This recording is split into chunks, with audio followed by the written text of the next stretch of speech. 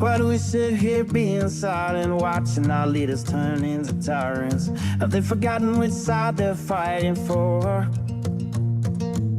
Checks and balances set aside and rule of laws, youths and ours, and Constitution openly ignored. Man, I'm not okay. Think we are being played. Is it time for right and left to join a greater cause? Man, I'm not okay.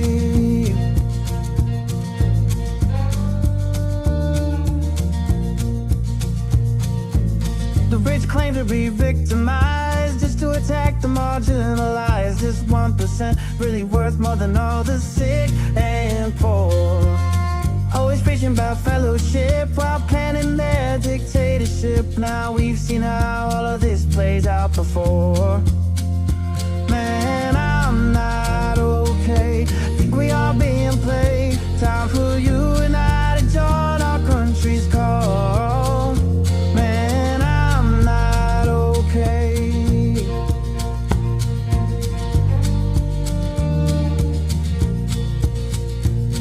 Ever wonder all the mystery, why they whitewash our history, keep dividing is their plan? All in all, such a scam. Algorithm very sly, only used to spread the lies. Politicians know well, hate is simple to upsell. Man, I'm not okay.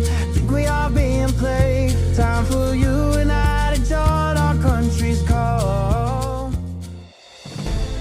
We are not okay. America is not okay, and we all know that. Former Congressman Joe Walsh, this is The Social Contract with Joe Walsh. Let's figure out how to get okay together.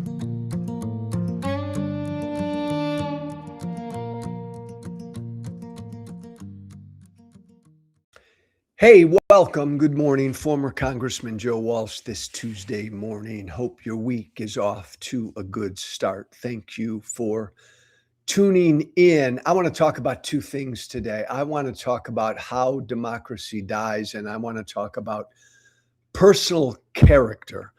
Look, again, right? This is not a 2-hour show, so let's cut to it. I've said repeatedly, ad nauseum, that Donald Trump's greatest legacy is the destruction of truth.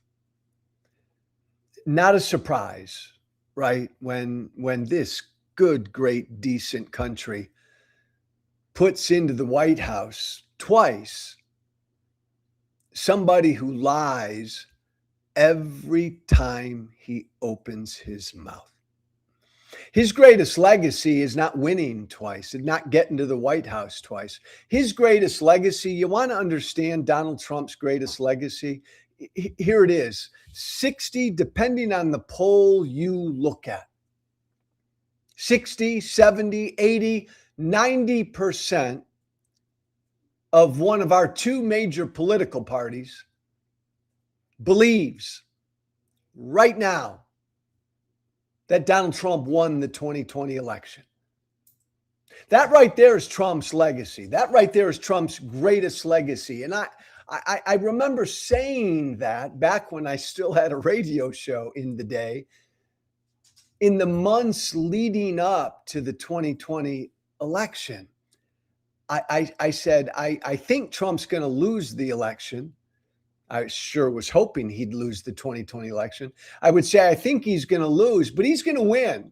Long term, he's going to win because he's going to convince an entire political party that he really did win. And Trump achieved that. And now here we sit 6 years later. And again, the vast majority of one of our two major political parties believes the stolen election lie. In fact, when you look at what's happening in California since their primary election last week, it just reaffirms this point. It expands Trump's legacy. Not only is Donald Trump's greatest legacy And none of this is good. His greatest legacy is the destruction of truth. His greatest legacy is that he has turned the Republican Party into a party of sore losers, into a party of election deniers, into a party of democracy haters. Trump's greatest legacy is convincing Republicans not to accept the results of elections where their candidate loses. His greatest legacy is convincing Republicans that every time their side loses, it was rigged, it was stolen. Trump did that. Trump turned the Republican Party into that, a party that when they lose now, they never lost. It was stolen. This is so easy to make fun of. Nah, that's not my nature. It's so easy to yell about. I bring it up a lot. I try not to yell about it.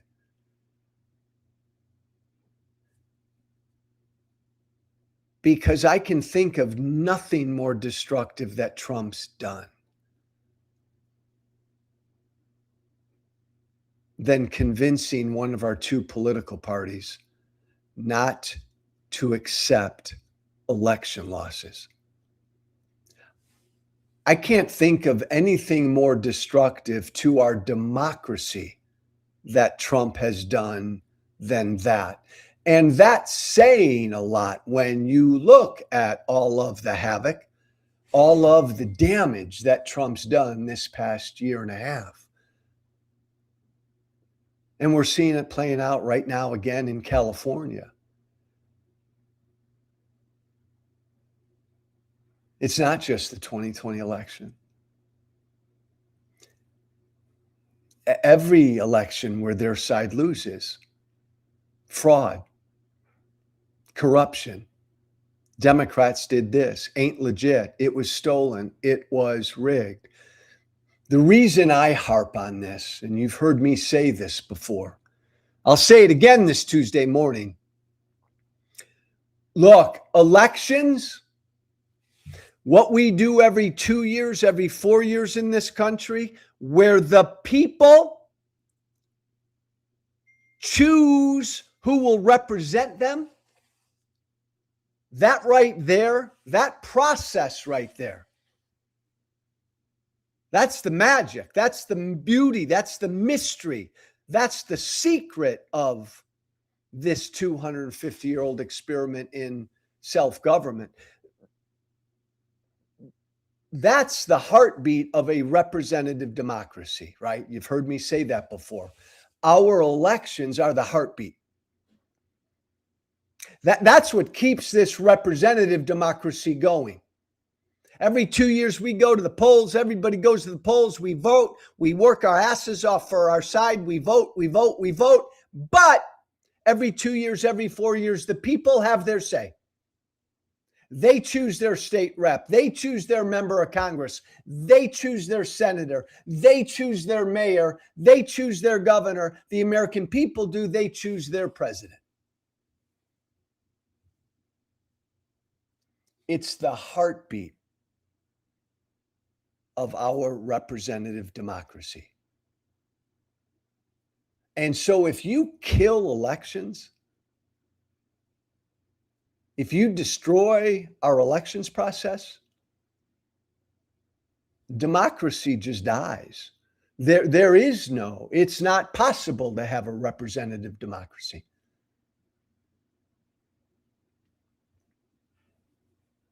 This is all front and center again because of what's going on in California, right? California had their primary a week ago today. And again, part of what I need to do a better job on this show every day is just throwing out some information and some education. So here's some quick information and some quick education. Every state in this country determines how their elections are run.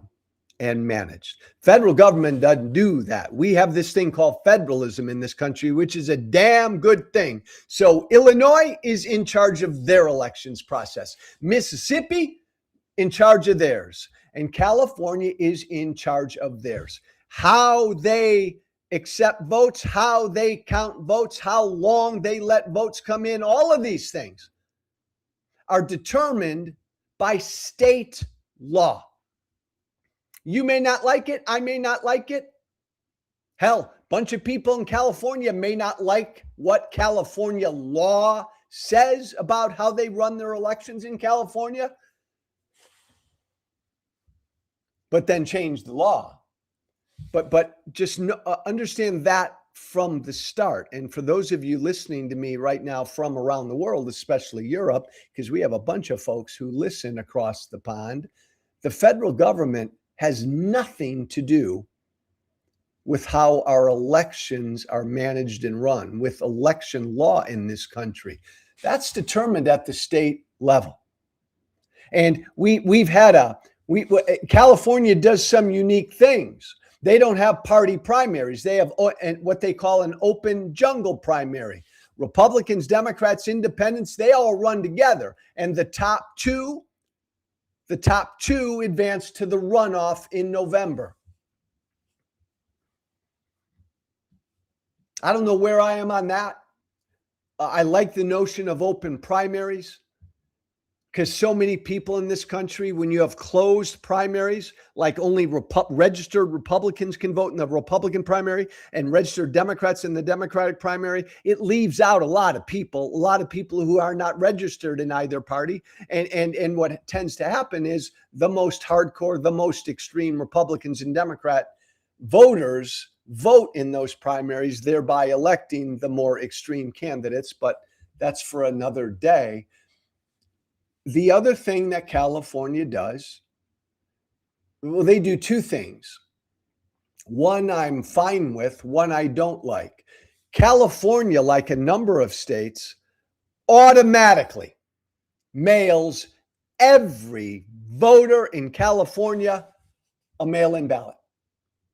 You don't have to request it. You don't have to ask for it. You don't have to go get it. The state of California automatically mails everybody a mail-in ballot. I'm not a fan of that because I think if you want to vote, you got to get off your ass and ask for a mail-in ballot or go pick up a mail-in ballot or request it, have it sent to you online. But I think you as a voter need to start that process. But California is not the only state that does that. The second thing that California does, and this is what's causing all the confusion, because they're still counting votes. We're a week later. They'll be counting votes for another probably 4 to 5 days. Every day, more and more mail ballots are counted. Why? How can that be, Joe? Every MAGA person screams at me, by golly, Joe, by midnight election day, it should be over. No votes come in. California, like many states, accept any mail-in ballot that is postmarked by election day. That's California law. Any mail-in ballot that comes in postmarked by election day is counted. And in California, millions and millions and millions and millions of mail-in ballots come in the last few days, all postmarked by election day. They're all legit votes. They're all legal, valid votes, and they deserve to be counted per California law.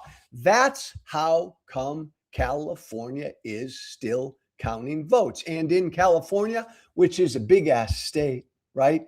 Millions of these mail-in ballots postmarked by election day come in. They're still coming in. I think they got 7 to 8 days to come in. So they're still coming in. Valid legal votes. That's why. And there's a preponderance of late mail-in ballots that always come in late. Voters making up their decision very late. Now that's the reason for the delay. They're counting legit legal votes. Let me say again, per California law. Now, everything I just said about California Most MAGA influencers know Trump. Somebody's told Trump, probably a bunch of times. Hannity on Fox News knows what California law is. All of these MAGA influencers for the past week who've been screaming voter fraud, they know why California is legally still counting votes. But again, like Trump, they have bought into every election we don't win is voter fraud. And there's a big LA mayor's race. And their big MAGA candidate, former reality TV star Spencer Pratt, at the end of election day, before these millions and millions and millions and millions of mail-in ballots were counted, Spencer Pratt was in second place, running for mayor of LA, in second place behind the current mayor. And MAGA, MAGA, MAGA, everybody screamed, all right, over, over, over, utterly ignoring that most of the votes to be counted in the LA mayor's race would be counted after the election. Plenty of MAGA voters don't know that. They believe what they're fed. They believe the bullshit that Trump says, because Trump's out there leading the way again. It's stolen, stolen, stolen, rigged, rigged, rigged. And all of Trump's cheerleaders pick that up, Hannity and all the rest. All of these right-wing podcasters, they all pick it up, even though most of them know the truth. Stolen, stolen. Spencer Pratt, man, he was screwed, man. He was screwed. Another stolen election.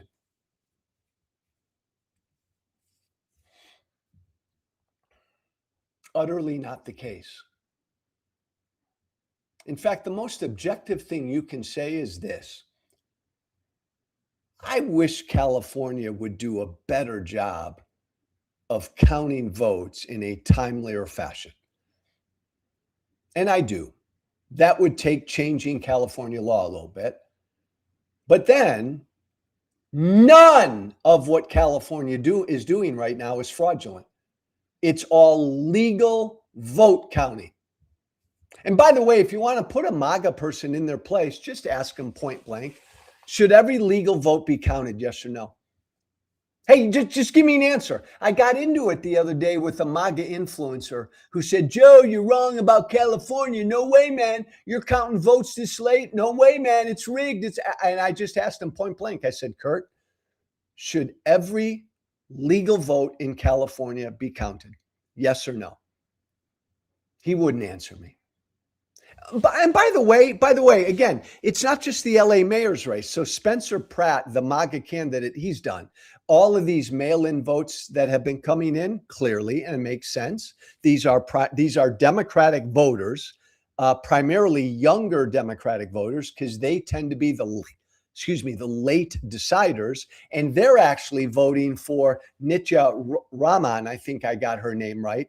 The Democratic Socialist LA Council member who now has leapfrogged Spencer Pratt. She will now be in a runoff with Karen Bass, the current mayor. And she'll beat Karen Bass. By the way, Karen Bass did not want to run against Raman. Karen Bass wanted to run against Spencer Pratt, the MAGA guy, because you run for mayor of LA, one of the most democratic strongholds in this country. You want to run against a Trump-endorsed MAGA. Trump got like 24% of the vote in LA County in the 2024 election. You're a Democratic mayor. You want to run against Trump's guy. And by the way, Spencer Pratt is going to end up getting about 24, 25, or 26% of the vote in LA County for this mayor's race, mirroring Trump's total. Fraud, huh? It's a Democratic city, baby. These are Democratic votes being counted. But just one more. I love this. Fraud? Really? Fraud? This is all California's rigging everything to make sure Republicans don't win? Remember, there's not just an LA mayor's race that went on. There's a race for governor of Illinois. And unless I'm confused, the guy who made the runoff is a Republican. Keith, do we have that Hilton? Do we have that mugshot of Steve Hilton? Steve Hilton's a Republican. Thank you, Keith. And he beat Tom Steyer, a Democrat, to nab the number 2 spot for governor. So he's going to run against Becerra, the Democrat, for governor of California. A Republican statewide made the runoff. A Republican could be governor of California. Voter fraud.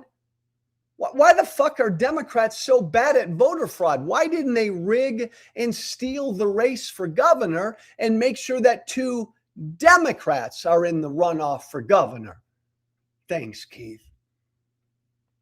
More importantly, and I don't want to bore you all with election law and details here, but because I know my MAGA listeners generally don't care about that. More importantly, it's this. Keith, do we have that tweet from Rod Dreher? I don't know if I gave that to you. Thank you, my friend. Rod Dreher, who's a MAGA conservative thinker, influencer. He put this out yesterday. Just take a listen to what he's saying. Look at what he said, talking about California. Talking specifically about the LA mayor's race. He said, let's assume, for argument's sake, that Nitya Raman really did, unlikely as it seems, got to second place in the LA mayoral race. Let's assume she did, Rod said. The problem is that many, many, many of us simply cannot believe it. It seems for all the world like fraud. And that matters. It matters, he said, that many, many, many of us can't believe it because it feels like fraud. And that should matter. Thanks, Keith. So says a big MAGA influencer. Now think about what he's saying to all of his MAGA listeners, and what he's saying is being echoed by every MAGA talking head out there about California. Think about what Rod is saying there. What he's saying is, it don't matter who really won. I don't care about the facts, Joe. I don't care about the truth, Joe. It just feels like fraud to me. It just doesn't seem like Nitya Raman could overtake Spencer Pratt. It just doesn't feel right. I don't care about the facts. I don't care about the truth. I don't care about California law. I don't care that they're still counting legal ballots. I don't care that by California law, if your ballot's postmarked by election day, baby, we got 8 days to count it. I don't care, Joe. Those are facts. Those are details. That's the law. That's just, I don't care about that. It just doesn't feel right to me. It feels like Spencer Pratt got screwed. And it was stolen from him.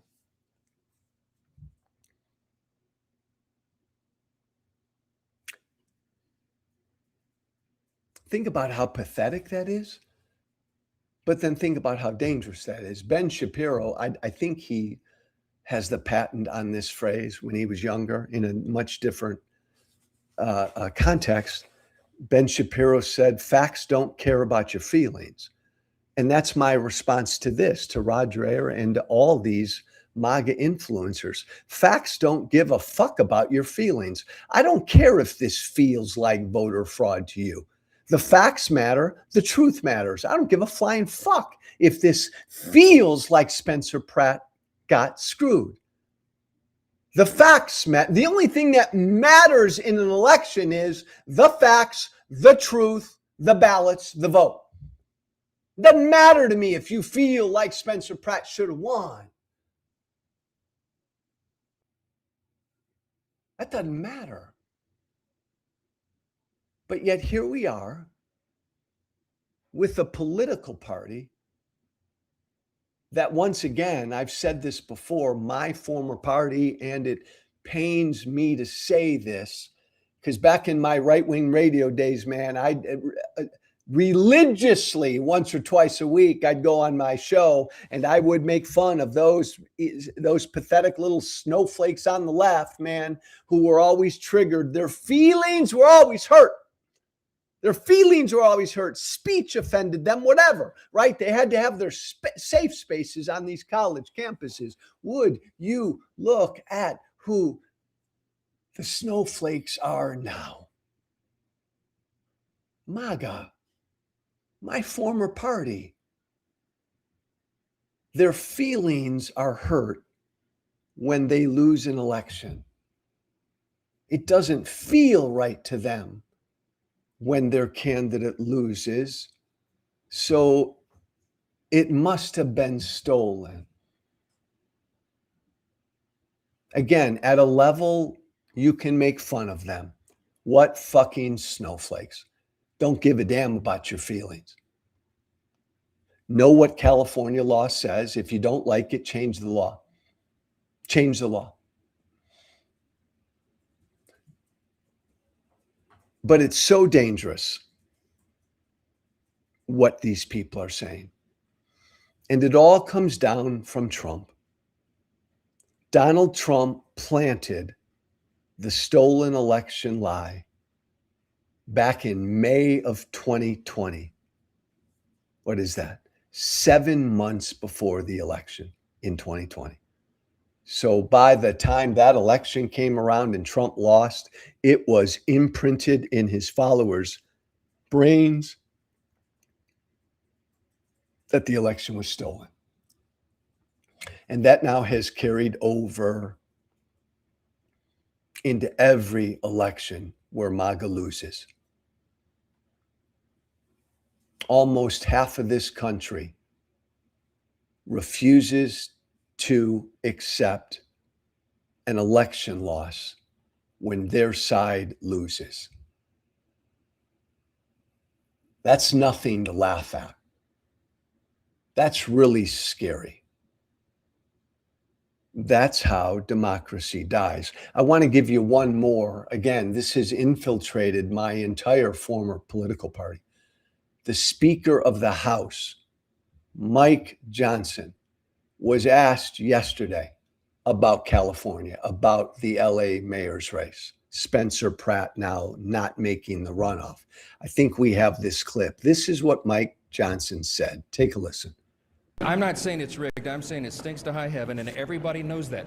Let's remove the appearance of impropriety. Let's have what a concept. Let's have votes on an election the day of the election. That's what many states are able to do. I think California is playing around with this. But what evidence is there to prove that there was rigged? Look, some of these efforts are so diabolical and so far upstream it is impossible to prove. But I think everybody knows instinctively something is wrong. Sure what Mike Johnson said? Mike Johnson going off. It stinks to high heaven what California is doing. It stinks. It stinks. It stinks. It's fraud. It's fraud. It stinks. And Mike Johnson's asked a simple question. What evidence do you have? And Mike Johnson, the Speaker of the House, says it's impossible to prove the voter fraud. It's impossible to prove, but can't prove it, but can't prove that Spencer Pratt's election was stolen from him, but can't prove it, Mike Johnson said. But it stinks to high heaven.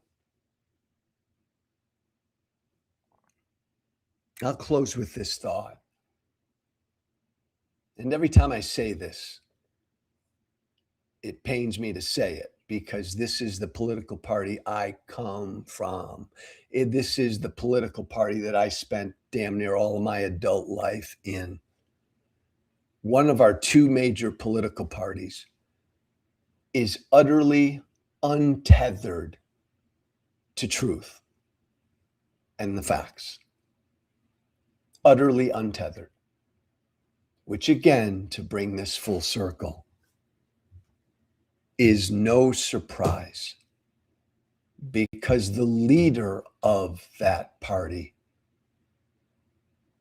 has always been untethered to the truth.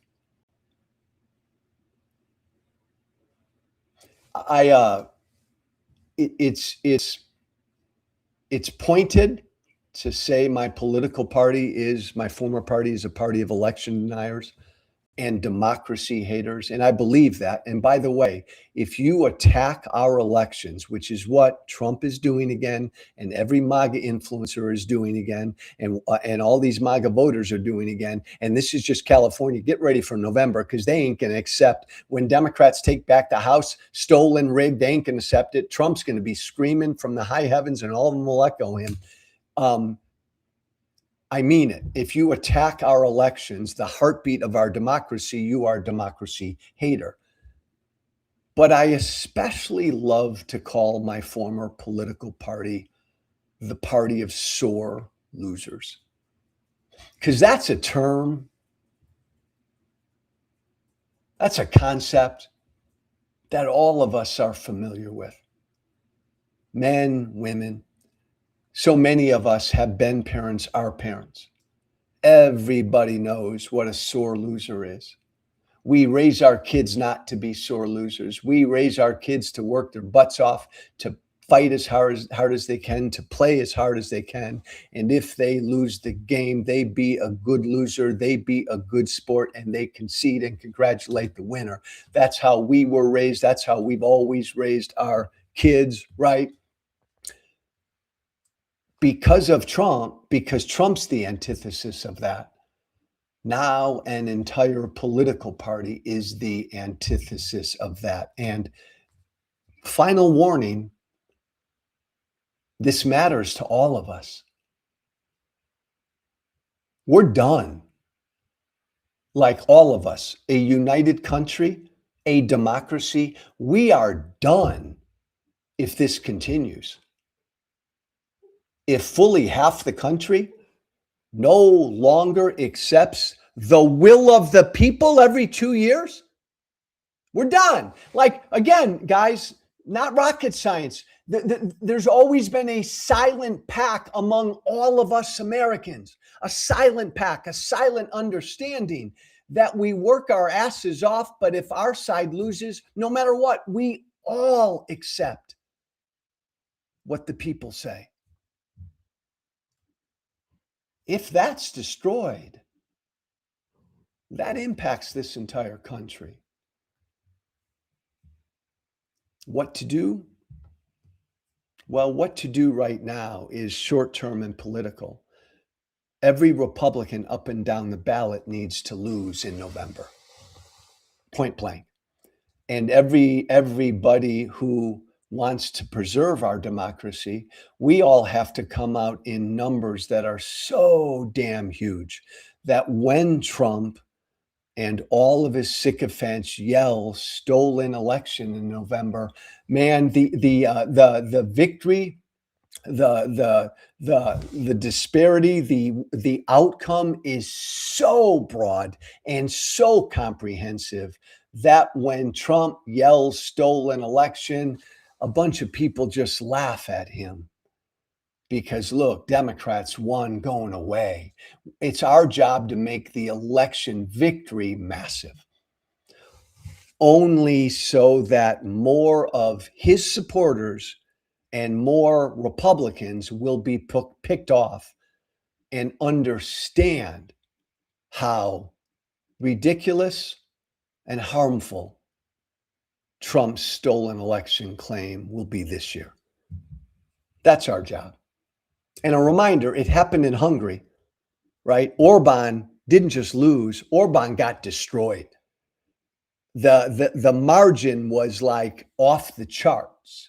If Orban in Hungary had lost by just a little bit, he wouldn't have ceded power. He'd be screaming stolen election. He had built it up to do that. But the Hungarian people came out in numbers like we ain't never seen. And Orban got destroyed electorally. So he then made the decision, I've got to concede and live to fight another day. Now, Trump will never make that decision, because if Democrats take back the House and the Senate by a gazillion votes, Trump's still going to scream stolen election. So he'll never concede to live to fight another day, but it doesn't matter. We need his claim of stolen election to be laughed at by Republicans and even some of his voters. That's how we begin to make progress on combating this threat right now. One of our two major political parties is a party of election deniers.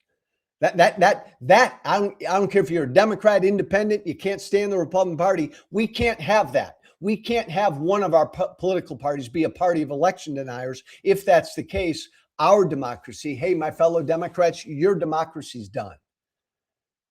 So our step now between now and November is we have to come out in numbers like we've never seen. Keith, I will make an executive decision. I was going to get into the issue of character, but I can't and I won't. I will just say this. There's a primary in Maine today. Graham Plattner. Do we have his picture, Keith? Graham Plattner is a Democrat. He's running for the United States Senate to face Susan Collins, the Republican senator in Maine. Graham Plattner is a horrible guy. He's a bad guy. He's the Nazi tattoo-wearing anti-Semite. He's a horrible, dishonest guy. Everything about his life is a fraud. He's a horrible guy. And my plea to Maine Democrats is vote. They have ranked choice voting in Maine. So vote for two Democrats. Vote for the other two Democrats on the ballot. Janet Mills, the governor, and some guy named Costello. Do not vote for Graham Plattner. He's a bad, horrible, dishonest person who has no fucking business being in the United States Senate. I'll just also say this, and I'll talk more about personal character tomorrow after the Maine results come in. But the second thing I'll say right now to Maine Democrats, and if you know a Maine Democrat, do you want to beat Susan Collins in November? Do you want to beat her? Graham Plattner won't beat her. Graham Plattner will get smoked by Susan Collins. The shit that's come out about Plattner so far, man, there's a million more pieces of shit that will come out about him, things he's done and said between now and November. Susan Collins will beat him. So Democrats, if you want to take back control of the Senate, you gotta win Maine. You want to win Maine. Graham Plattner will not win Maine. I'll leave it at that. Thanks, Keith. Thanks everybody for listening. My Substack, everything I do, think, say, feel, write about, talk about, laugh about, cry about, scream about, get contemplative about. It's all there on my Substack. Social Contract with joewalsh.substack.com. Do me a favor.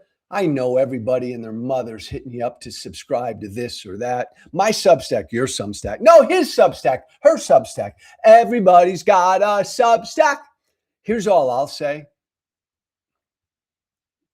I got a unique voice, for better or for worse.